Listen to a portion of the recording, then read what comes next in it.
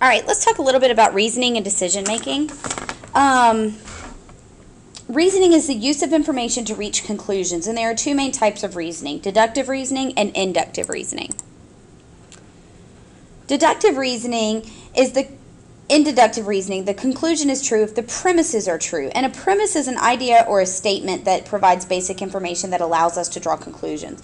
So an example of deductive reasoning would be, number one, South Korea is in Asia. Number two, the city of Seoul is in South Korea. So number three, therefore Seoul is in Asia.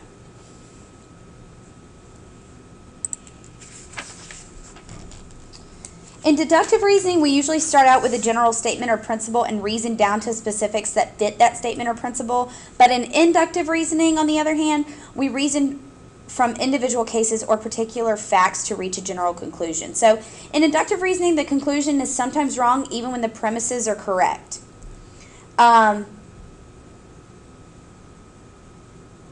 It is often possible to prove an assumption reached by inductive reasoning to be true, and we can only prove it false, but people often fail to realize this. So as a result, they seek to prove or confirm their hypothesis rather than disprove them, and this is called the confirmation bias. Making decisions means choosing among goals or courses of actions to reach goals, and when we're making careful decisions, we weigh the pluses and minuses of each possible course of action. We think about the importance of our goals and our abilities to overcome the obstacles in our path, and to make good decisions, we often need to gather more information about our goals, and we also need to learn more about our abilities to contain our goals. So let's talk about some shortcuts. The availability heuristic is when we make decisions on the basis of information that's available to us in our immediate consciousness.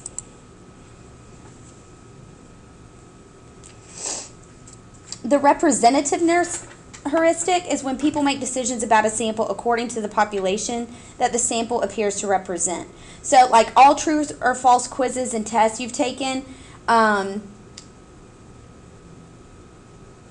in other words, in the entire population of true-false tests you've ever seen, more answer sequences have looked like true, false, false, true, false, true than something like true, true, true, true, or false, false, false, true, true, true.